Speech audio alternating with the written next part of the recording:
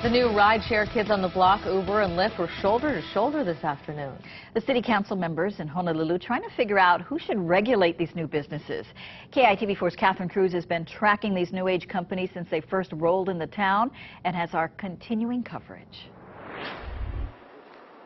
Lyft drivers in flashy pink shirts and mustaches want the attention, and they're getting it all right. Out here, it's incredibly sensitive for the taxis because they've had such a tight control over the entire transportation industry that having someone come in and rock the boat has upset a lot of people. Drivers like Howard Higo of the cab want the transportation upstarts regulated. It's all about fair play, he says.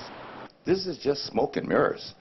If you look like a duck, you walk like a duck, and you quack like a duck, you're a duck. It's that tension that prompted this meeting, a first-hand account of how these companies work with drivers using their own cars.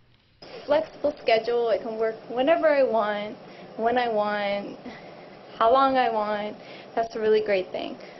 Company reps tried to explain why their iPhones aren't meters. And what about this thing called surge pricing?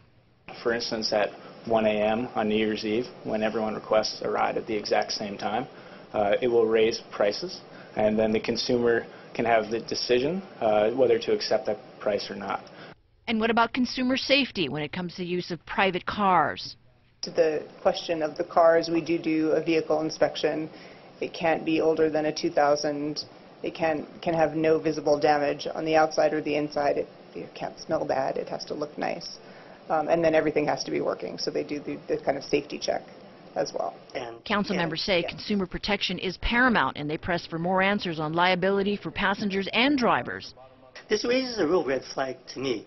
So if it's a case where the insurance company says, you drive for one of these, we won't cover you at all. And I would hope that you would have the answer so you can protect your drivers. The council wants to form a task force to determine how best to regulate companies like Uber and Lyft. It's a mixed bag across the country. Some states have taken the lead, and others, it's a city and county. No one from the state or the insurance industry was at the table today, and some wondered if they should be. Catherine Cruz, KITV4 News. Raises a lot of interesting questions. Yeah. Lyft says it plans to meet with the Public Utilities Commission and that it's hired a lobbyist. Uber has a Honolulu office with a general manager and a marketing manager. Signs that indicate they seem to be here for the long haul.